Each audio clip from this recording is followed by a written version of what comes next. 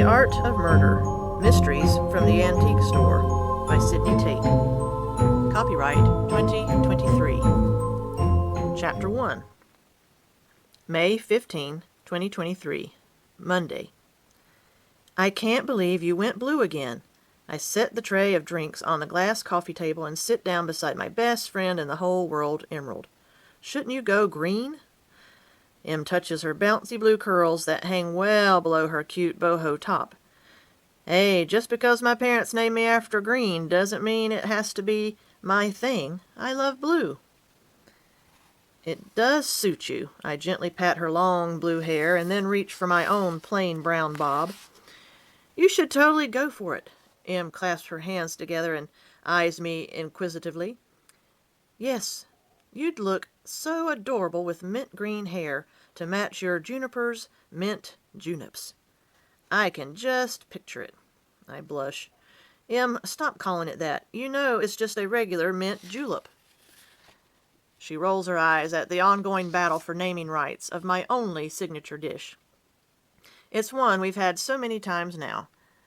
We mostly pass snarky looks back and forth. And I can't, I added, putting an end to both discussions at once. I have a grand opening in 2 weeks. I can't be running around with mint green hair. I bite my lip, wondering if maybe I can go running around with green hair. Ah, come on. Who wouldn't want to buy antiques from a beautiful, minty-haired woman? Em reaches for her drink with a wide grin on her face, making those mischievous dimples deepen. I still get nervous every time I prepare snacks for my globe-trotting foodie best friend. Every person in this town, I reply. I love it here in Landrum, and I'm sure nobody would look twice if they saw me on the street with green hair.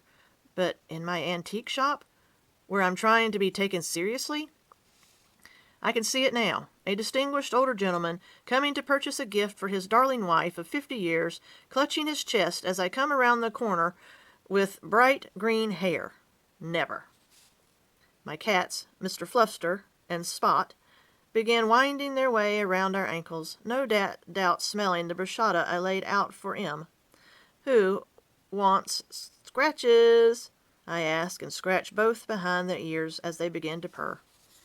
Suddenly Em stops and gasps, hands still in midair. Junie, you know you could pull off green hair. Remember that time in Vegas when you... Shh! I blurt out before she can finish the thought. That was college. We're responsible grown women now. Em shakes her head. Yeah, speak for yourself. Oh, hush and drink your junip.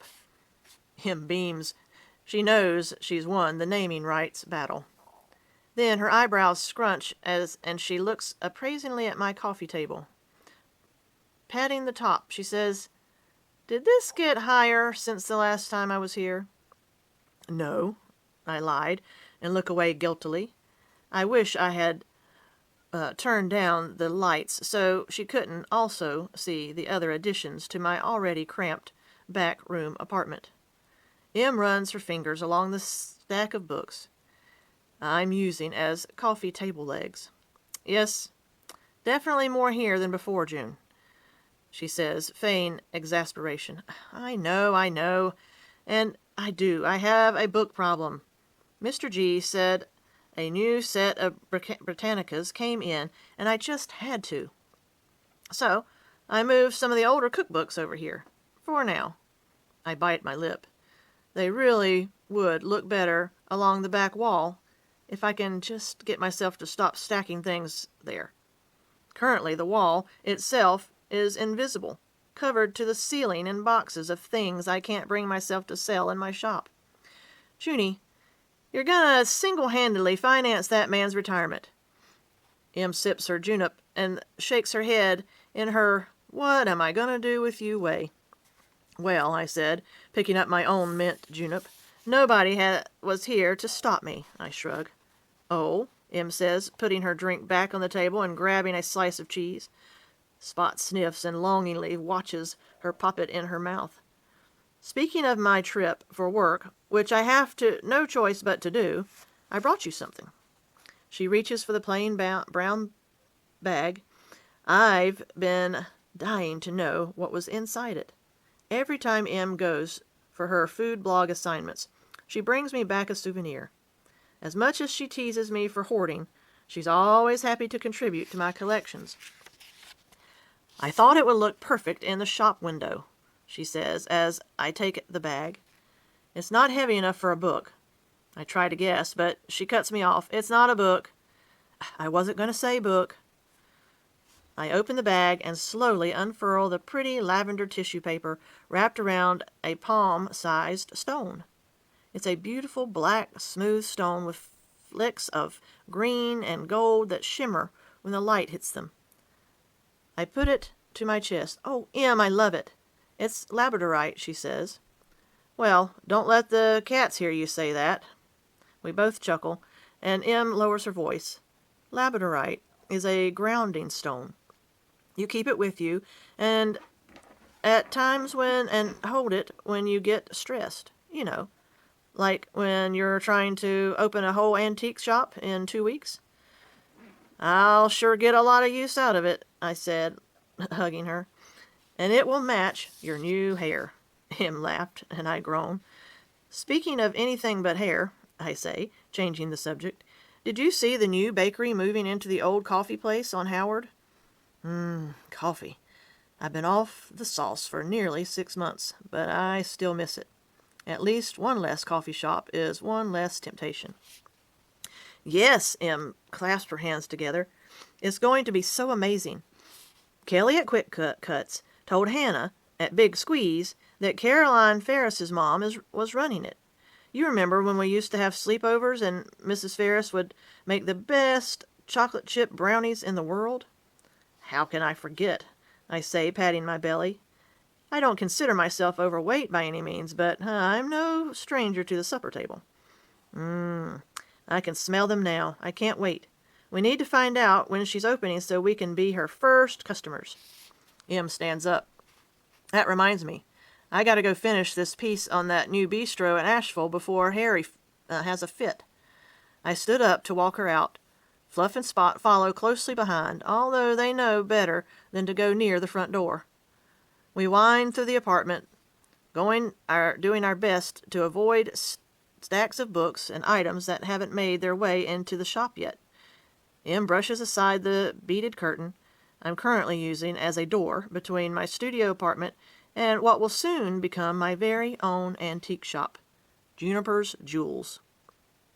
I'm still fretting about the name. I brainstormed so many names since Mrs. Horwitz said she was closing her craft store and wanted to sell the place to me. But the sign's delivering next week, so no turning back now. There's still so much to do.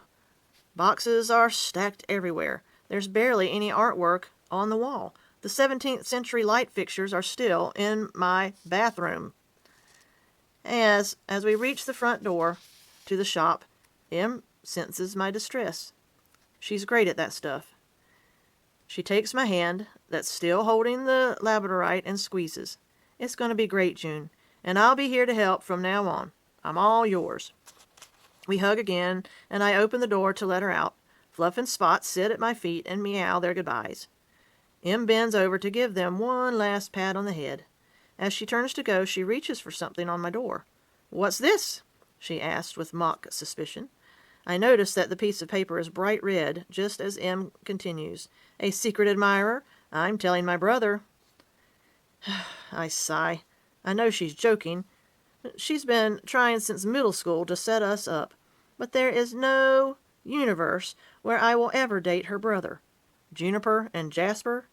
No, thank you. Then I see Em's face fall. "Oh," she says, handing the slip of paper to me.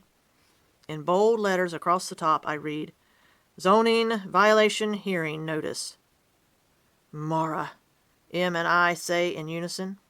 "Meow," Mr. Fluffster adds in agreement. I bite my lower lip and clutch Em's labradorite to my chest. The end of Chapter 1.